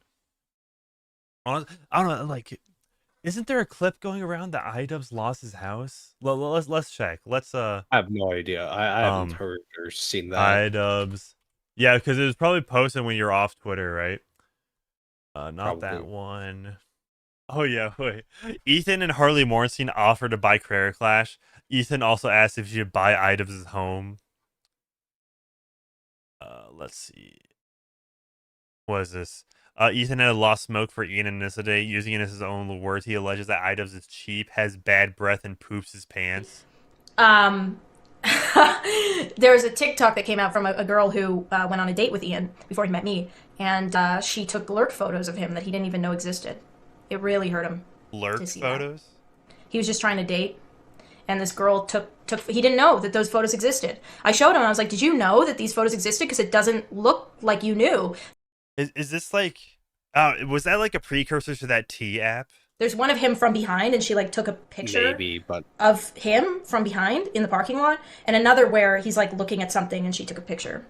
Yeah, she said that he took her to Cheesecake Factory, and he didn't pay, which I totally believe. Beauty standards. That's the back when Idubbbz was awesome. True.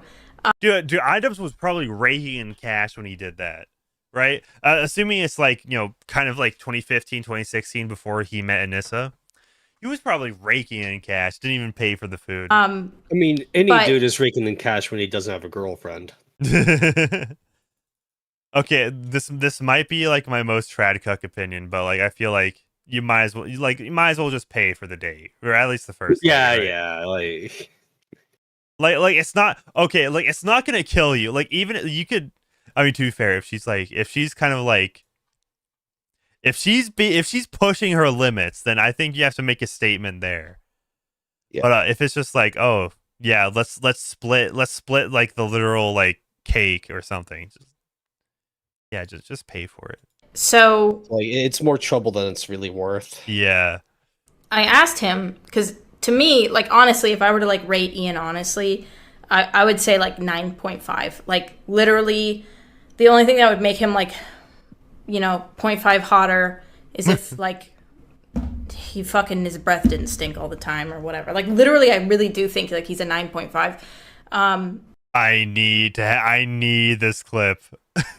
And I need to use this clip. And I don't know. I might just need to make another Idubbbz video, frankly. It finally happened. Idubbbz blocked H3H3 Productions. Okay, I swear it did. I feel like am I hallucinating this? I might need to pull up on a different tab. Maybe this guy didn't report on it. Maybe this really good source of information. I feel like my videos are a lot better because of this one Twitter account. Because this guy is like better than like once this guy hit the scene, it was over for Drama Alert.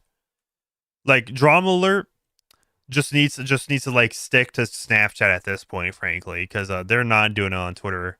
Like Drama Alert's been irrelevant on Twitter nowadays, literally because of this guy. Okay, I'm searching up Idubbbz house.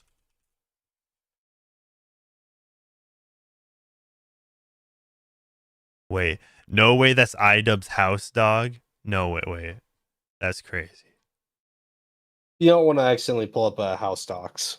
Something. Dude, it's up for sale. It's on Zillow. Never mind.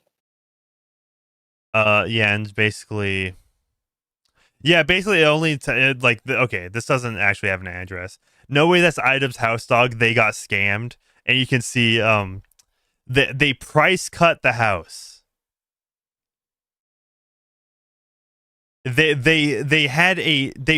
cut the price on the house. So I'm genuinely curious just how bad the house could be. That they couldn't sell it for in Seattle, by the way. This is Seattle. Which, to be fair, I'm pretty sure a lot of people are moving out of for obvious reasons. But how? How are you not able to sell it? It's super expensive there. That's like really expensive. But okay, maybe this clip will do. This is I believe this is from what, Bearing? Something. How low will it go? Well, it looks like the prices might go even lower because on real estate listing, Reddit, or whatever the fuck, this person went into the open house of Idubbbz' house. And he goes, genuinely not being snarky here, My wife and I toured this house. It's in our price range and general location we're looking for. The place has an honest to God stink. Oh my God! It smells like really bad cooking. Has just permeated the paint or something. Uh-oh, stinky. Stinky. Oh, wait, it's worse than just being stinky. We left and have sore throats for like 20 minutes after. People are getting sick. Just stepping foot into the pigsty shithole.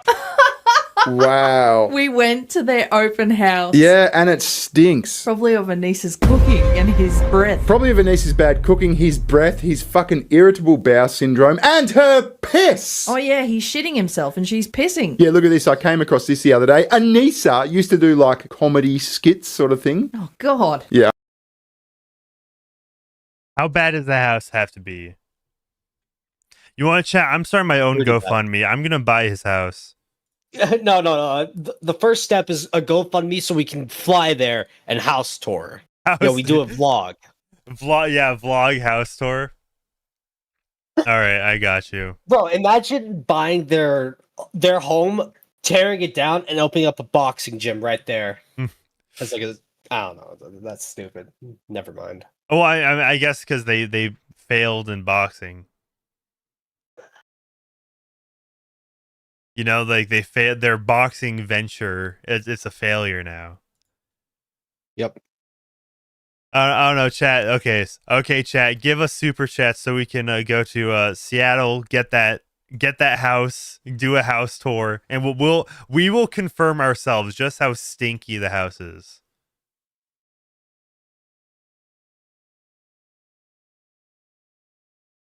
What's the thought about that? What do you guys think about that? Going once, going twice. Sold. Yeah, I was like, there's no way it's that bad. Which I'm pretty sure they did renovations on this house. Like so they invested in this house before selling it, and they still need to price cut it. Damn. And not to mention, it's like, we're talking about the housing market here. Right? Like this shouldn't be this difficult.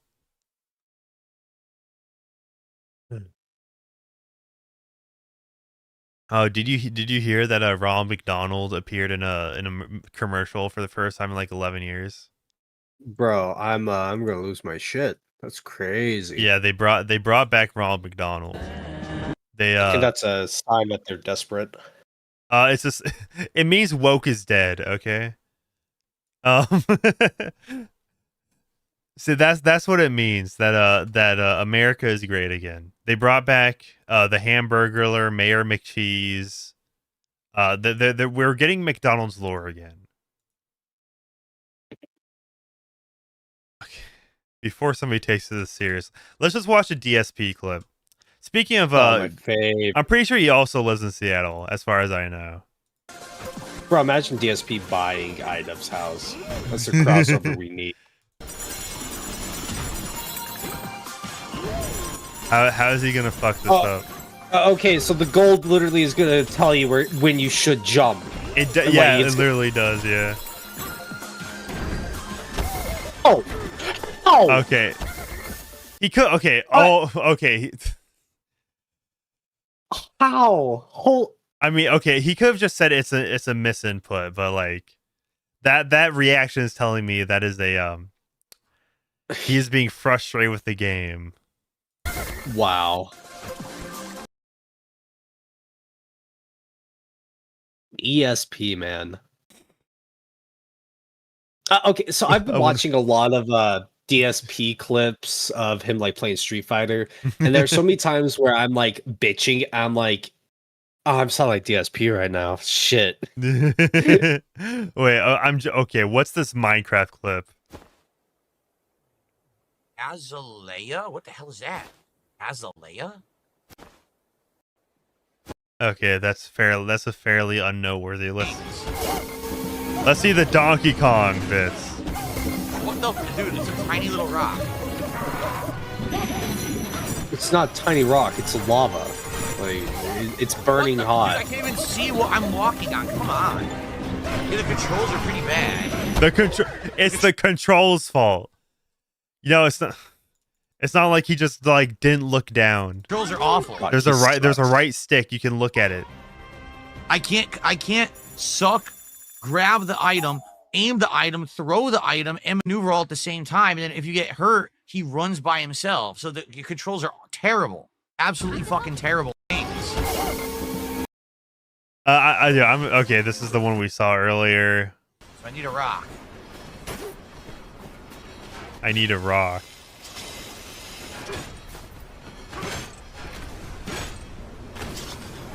You can... Oh, he doesn't understand the physics of this. Just by looking at this clip, I understand what's going on here. Do you see how that platform's moving up and down? Yeah. Yeah, so you want to get it. You want to have a downward slope. I was supposed to wait for it to go down, I guess. Okay, he understands now. Okay, he could have made that. He could have made it. He was close. But he fucks up. And what does he do instead of saying, "Oh damn, he's literally doing like the ground pound punch." Like he did the ground pound punch up here. He could have made that. If he rolled instead of did that.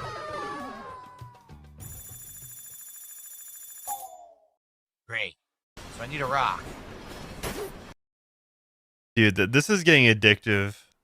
Right? No, like I've fallen into this rabbit hole in the past few days. It's definitely one of the rabbit holes to fall into of all time. Oh my! He's so ass, dude. How am I getting hit by fucking lightning all of a sudden? When was there ever lightning? He could have just thrown rocks. When was there ever lightning? Now all of a sudden there's lightning. Throw him off the ledge.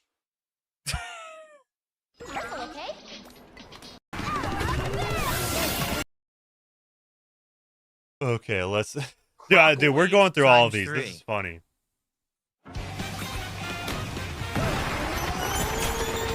Falls through the floor. Wow! Holy shit! ×3. Dude, it's funny that he's clipping these out of context, but I feel like there has to be some major cope after these clip ends. Oh, absolutely.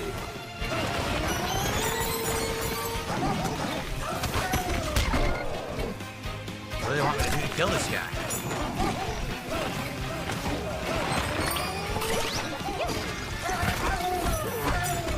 How do I hit him? I have no idea how to hit this guy. I can't punch him. I can't suck the stuff off of him. And he's not affected by the rock. So what do they want me to do? I'm assuming if he made it to this like challenge, it had to have been telegraphed to him earlier in the game, right? Like I'm not exactly. Those are some pretty tough enemies. I don't know, I'm surprised he hasn't, because he said he did not finish Kirby, right? I don't know. I'm pretty sure he literally like rage quit Kirby. Of all the games to quit, Kirby. Yeah, Kirby. Which the real funny that Kirby game that he rage quit. I don't know. I'm pretty sure that's what he did. The one he compared it to Dark Souls. He compared Kirby to Dark Souls. No. Unironically. Okay. Now I need to pull it up. Hold on. Yeah, but let's like that's the thing I would do. Say like, oh man, this game is just like Dark Souls. But I would like when I say stuff like that. I'm look at the auto rage quit. Okay. Yeah. Let's Dark Soul. Kirby Dark Soul. Okay. If it. There's nothing I can do. I can't catch him. He has military time on his stream. This is terrible. I can't. This is garbage. It's literally, dude. It's literally Dark Souls. And now that's it. Instant death. I get fuck this. Wow. That's it for Kirby. I'm not playing fucking Dark Souls when I'm playing Kirby. The fucking game is full of shit. I'm not gonna waste my time with that. That actually genuinely 100% pisses me the fuck off. You can't get your health back. There's no healing items during the fight. It's an insanely long 10 to 20 minute fucking fight, and at the end there's an unstoppable attack. It's twice in a row. Okay. I played this Kirby game before. I'm like, to be fair, Okay, like I so you played know it. I'm familiar with it. To be fair, it was like it's been 2 months or not 2 months, 2 years. I picked it up like 2 months after launch, or actually, it came out in 2022, so it's more like 3. It's been like 3 years since I've really played it. I'm not saying I remember exactly how this boss fight went. There is no way this went on for 20 minutes. A 20-minute boss fight in Kirby. Oh, I lose the same way. Fuck it. It's Kirby. And that's not the Dark final Souls, boss, it's not right? Elden Ring. It's not worth it. I don't know, but I have to do the whole fight from the start again there. To be fair, I didn't bother too much with the post game. I thought the post game for Kirby was pretty ass. To be fair, No, I'm not doing it again. I don't care. That's a waste. feels of a time. real Dark I Souls game. understand You'd be it's talking fun. about the new game plus. Yeah, the new. No, that like I get it. The thing is with DSP, a lot of the times where he like crashes out or rages, it's one of those things where it's like I get it. Like even sometimes you get frustrated with the game and you just like, you know what, I'm gonna put it down. But it's the way he goes about it. He's not even like oh yeah. No, like my empathy stops once he's blaming everything else. Like with Street Fighter, I'll see him jump and then he gets, anti-air. And I'll see it, he'll fuck up. And I'm just like, it happens, man. You press a button at the wrong time, you guess wrong. It is what it is. But the way he goes about like coping with it, I didn't press that button. The game's fucking me up. This is too hard. It's like, dude, it's okay to admit, like, chat, I'm not feeling this right now. I'm tired. I'm sucking ass. Like he could play it off as like, guys, this is wild. I'm sucking ass at a Kirby game, man. This is funny. But no, he's so uptight. He believes in himself that much. He believes his own hype that much that he can't laugh at himself. Like that's the problem. If he came back the next day and finished Kirby and just like, okay, you know what? It's not as hard as I thought it was. I slept and it's all good now. No one would clip it beyond just like, oh, it's funny. Like no one would care in the long term. But the reason why we like DSP is he can never fucking do that. Yeah, he does not have the humility. Like he believes his own hype that much. Yeah, it's wild. Yeah, and that's I can't get enough of it. And just to clarify my point on the Kirby post game, it does the thing where it kind of reuses the like levels, which I'm not inherently against. But the thing is that it's placing collectibles that are like hidden in linear stages. So it's kind of like it's like collecting stuff in a 2D platformer. It's like I don't want to do that. Fucking Elden Ring. And also like once you pass an area, you can't go back. So like if you miss something, you have to do the whole level all over again. To play. It just sounds like a pain in the ass. Stressful enough. The whole point of me. The game, like the main game itself is really good, by the way. And Kirby is to try to. But it is getting DLC for Switch 2 coming like this month, I'm pretty sure. So I wonder if a DSP is gonna even touch it. That'd be like seriously.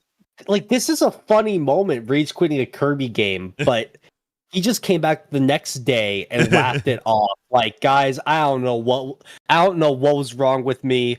Like, if he just tried to play it off and just laugh at himself for once, yeah, it'd be fine. Like Manic, I swear to God, every Street Fighter clip, it's never his fault. The motherfucker will blame lag, that, oh, it's too laggy, that's why I lost. And then in the immediate next clip, he'll say, the connection is too good, rollback netcode is too good, and now the connection is, really crisp, but I can't react to anything now. Like, it eats my inputs, and I'm like, it's insane, Manic. I can't get enough of it. All right, let's I'm genuinely curious. Relax, not to be. Oh, it's Dark Souls again. It's fucking Elden Ring again. Like, what the fuck were they thinking with that? No healing, no checkpoints. Play for 10 to 20 minutes to redo the whole fight, and then get to the end and the same shit. You can't dodge. Fuck this. That is incredibly stupid. That is really bad. Like, I didn't buy Kirby to play Dark Souls. It should have ended when you suck the soul out of that form. That should be the end of the fight right there. That should be the end of the fight. Okay, you did it. That is terrible. What's sad is I love the game, except that fight. Like, I think everything in the game was actually really cool until that. That's really poorly made. That's like torture the fucking gamer. That's like really piss off the kid who bought it. That's what that fight is. Like, I'm going to sit there and I'm going to fucking do that over and over and over and over and over and over and over and over and over. Are you out of your mind? I'm not even doing anything wrong. It's just that the final boss has every attack tracks. His ability to suck you in. I'm doing the dash to get away, and he sucks the dash in and still hits me for 50% damage. It's fucking Kirby. It's like they forgot what game they were making. Like I said, earlier today, I was fighting tough-ass bosses in Elden Ring. I got a really tough boss I'm figuring out right now. We're at the end game. Do I want to waste my time in Kirby doing the same shit? Fuck no. This is Kirby. It's like they forgot what they were doing. Dude, this is just hilarious. I don't know. I feel like difficulty discourse in video games is such, like, it's always just going to be the most, like, unproductive conversation ever. Yeah, like, some people, like, because, you know, Ducky and the boys have, like, asked me, Chaz, you play fighting games, you can't play a shooter game, what the fuck, man? And it's like, some people are just good at other games, some people are bad at other games. It's like, if this specific Kirby game is throwing him off his game, like, whatever, just roll it off, roll with it. Yeah, take it on the chin. Yeah, like, I don't think there's any real attributes about fighting games and shooting games that have, like, transferable skill sets, right? Because I mean, you have, like, reaction time shit, but, like, that's every game ever. Yeah, but, like, the ideal way to play a shooting game is with a keyboard and mouse, whereas with a fighting game, it's more like a controller or even a hitbox, like with an arcade stick. Yeah, I'm a hitbox supremacist, absolutely. Yeah, so. But and obviously, there's all like 2D, 3D, and all the combos. Just it's just wild that he's rage quitting on Kirby. It is, but it's hilarious. Damn. All right, I'm done with it. Like, seriously, I have zero, absolutely positively zero desire to go back and do that fight. I've done everything but that fight in the game. Great, good for them for putting a Dark Souls / Elden Ring style boss in the fucking game and wasting that much of my time trying to beat it. That genuinely pissed me off really bad tonight. Like, I don't want to say it leaves a bad taste in my mouth, because overall I really like the game. Like, overall I think that this is the best Kirby game. And look at that, people are giving them money to at least go past $4.99 right there. A certain point. You know what I'm saying? Like, at least they're okay. We're gonna push the limits of Kirby. We never made a Kirby this hard before. We're gonna add in elements of other games. Like, if you looked at Super Mario Odyssey, right? That definitely added in elements of other games, and I liked that about it. But please say he's not gonna call Mario Odyssey difficult. When you were doing that, it didn't lose its identity. That completely lost its identity in that final fight. That is stupidity. I mean, really. Wait, okay. Wait, hold. Let's check that boss fight at the beginning. Which, mind you, ever since like Kirby Superstar, Marks existed, right? This is terrible. I can't. This is like garbage. It's literally like, this is not out of place for an endgame Kirby boss. Dude, it's literally Dark Souls, and now that's it. Instant death. I give up. Fuck. No, okay, so it's like he jumped into the thing, and it's he was getting a little close there. Like, he's obviously, he knows what's about to happen, but he jumps into the boss knowing that it's about to do the whole, like, black hole thing. So it's like, dude, you got greedy. It's okay. You got greedy. You thought you could hit the boss, and you couldn't. Exactly. So what? Like, boo-hoo. But I would say this is much more in the identity of Kirby than that dragon boss fight wasn't for Mario. Right, that dragon boss comes out of nowhere. Yeah, which that's the point. You could say the same thing about New Donk City, but like I don't know, Mario Odyssey is like, it's all over the place with art style. It leaves a bad taste in my mouth, because overall I really like the game. Like, overall I think that this is the best Kirby game. I like that they tried to at least go past a certain point. You know what I'm saying? Like, at least we're gonna push the limits of Kirby. We never made a Kirby this hard before. We're going to add in elements of other games. Like, if you looked at Super Mario Odyssey, right? That definitely added in elements of other games. And I liked that about it. But when you were doing that, it didn't lose its identity. That completely lost its identity in that final fight. That is stupidity. I mean, really, you want me to actually be that angry over Kirby? You're actually going to make me get that upset because of Kirby? No, I don't want to be upset playing Kirby of all fucking games. That's the complete polar antithesis of why I bought Kirby. You know what I'm saying? Like that. That's Dark Souls light. That's like Dark Souls for kids. You know? The fact that he's unironically saying this. Okay, so if it's for kids, DSP, like I thought you were great at games. Why can't you beat it? Yeah, you're cooked. All right, is that enough? Actually, I'm pretty sure that one like Twitter page. Yeah, I can't. Dude, how is he gonna fuck it up this time?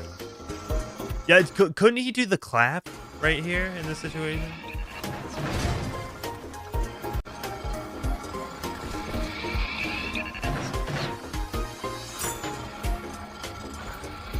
Dude, he's locked in right now. Oh! You gotta be kidding me! Come on! Come on! He could have saved that. All I wanted to do was drop. He was dropping, but then he just does a million random fucking moves. Random? Are you fucking kidding me? All I want to do is drop, but the games could. I'm telling you, the controls. Dude, you aren't very buttons good. and panic. The controls are very It's annoying. fun. To the People point where do you're it. Yeah, like that's probably the best explanation. It was a panic. You panic, press some buttons. Dude, I can't do anything. Are you kidding me? They're out of their minds. Fuck Nintendo at this point. This is garbage.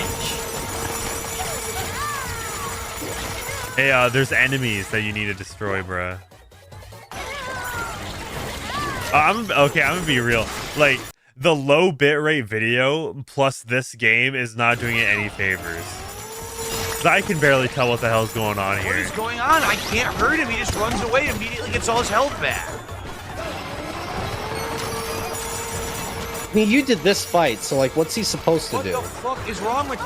Well, okay. So those little like blue and pink things, those are kind of like they'll attach onto you, then like do damage over time, and they kind of slow you down. Okay. Like there's plenty of Mario enemies like that. Yeah, like the fuzzies or whatever. Yeah, I mean, it's not going to tell me what to do. It's this hold for charge part. Yeah, I'm pretty sure you want to be. Yeah, you punch him. Right, I broke it, but now what do I do? He flies away, and he loses no health. He flies away. I don't understand what I'm. Dude, is anyone? Fuck this. How do I beat this boss? You suck all the shit away. He goes into the brick. You break the brick. He flies away, and it starts over. You can never hit him.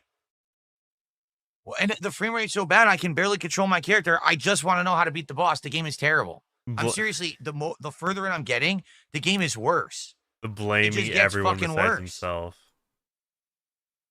Does anyone know how to beat this fucking stupid fucking boss so I don't have to waste time on it? Like I said, I always manage to have a tiny bit of empathy for DSP at the start of the clip. Being frustrated at a boss. It's like, you don't know what's going on. You look like a retard on stream and people are laughing at you. It's like, I get it. But like the way he goes about it just makes me lose all respect. Like I lose my empathy in every other clip because I'm like, oh wait, this is Dark Side Phil we're talking about. Like I always have to remind myself. Yeah, Almighty says I hate the game. I'm a masochist. Well, no. Look, here's the thing. How did he pronounce that word? Masochist. Well, no, I'm a masochist. Masochist. Well, no, look, here's the thing. Wow. Yak Almighty, I know you are heavily into fighting. Okay. Well, okay. We'll end this off with. And then Hank just going on with it. You know what? Like, even if like the Theo Von guy, like it might not be all that funny, but I just like Hank so much as a character that like his innate charisma just. I mean, okay. Like if Hank Hill was like a real person, I think he would go hard on Theo Von. Dude, I'd have a beer with Hank Hill for sure. But yeah, that's not what you were talking about. My bad.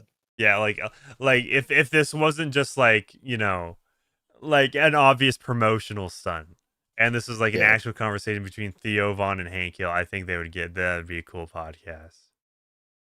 But, you know, unfortunately, Hank Hill's 2D and fictional. So true.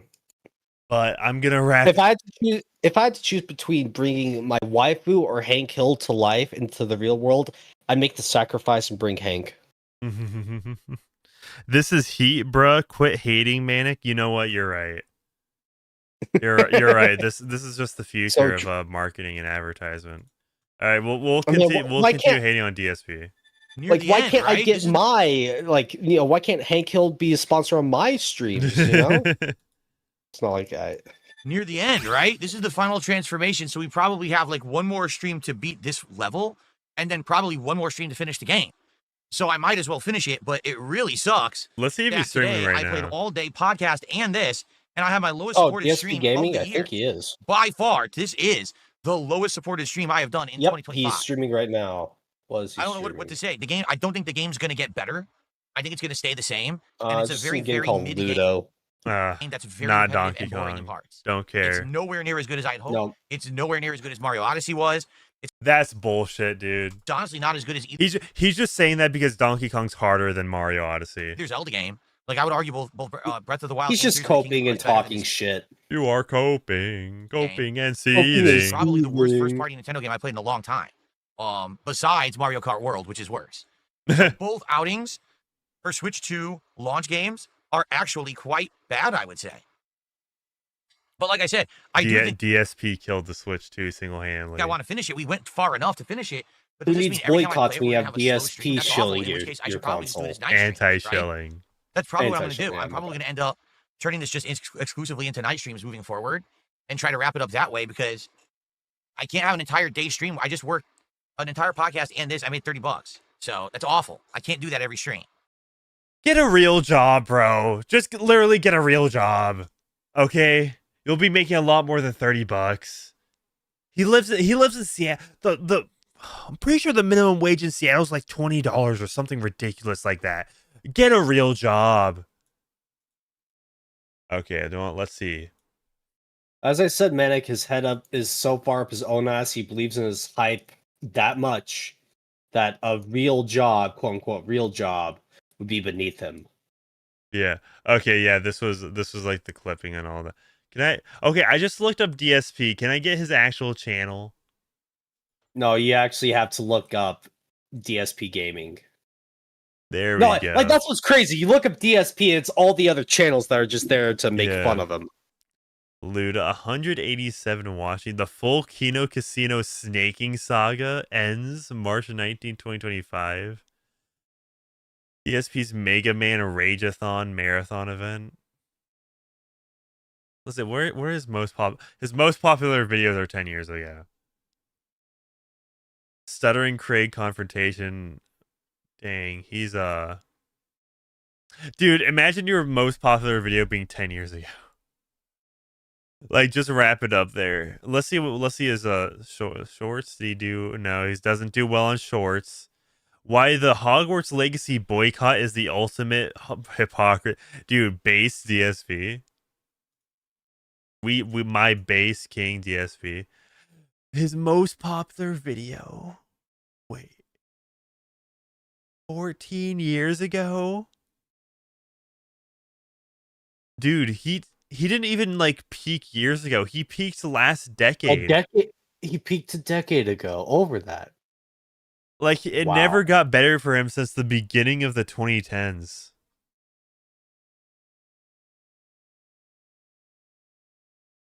For daily videos, raw gameplay, no bullshit. Yeah, that is crazy. You would think. Wait, DSP stream highlights. My thoughts 6. Is that him just talking about I don't care. Only 3.7k views? Dude, he didn't make over 10k views on a Switch 2 hate video. That's how you know his channel's cooked. Like, something is wrong here. Real. Yeah. I mean, something's been wrong with him for like over a decade now. He has the PS5 Pro. I wonder if he made that investment back. All right, chat. But Expect if you're a member, expect a early access video coming tomorrow and a new main channel video coming out Thursday, and a brand new video talking about H3H3 companion piece of my Idubbbz video from nearly a month ago should be coming out on Sunday. So hope you'll have a good one, and also check out Kite and Chaz. Hell yeah.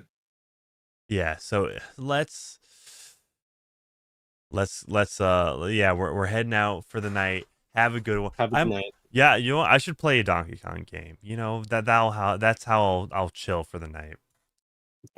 That sounds nice. Yeah, yeah, Donkey Kong notoriously. Actually, Donkey Kong is notoriously chill. Have you listened to Aquatic Ambience?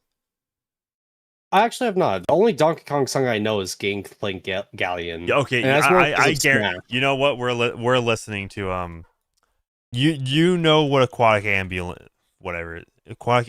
You know what this song is. Not that one. Does it go, where have you been? Oh, okay, yeah. I know this song. It's so peak. It really is.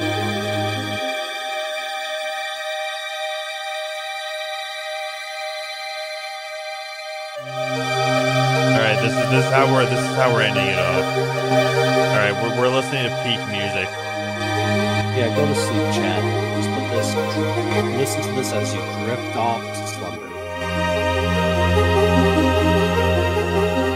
Real Aryan Hood classic.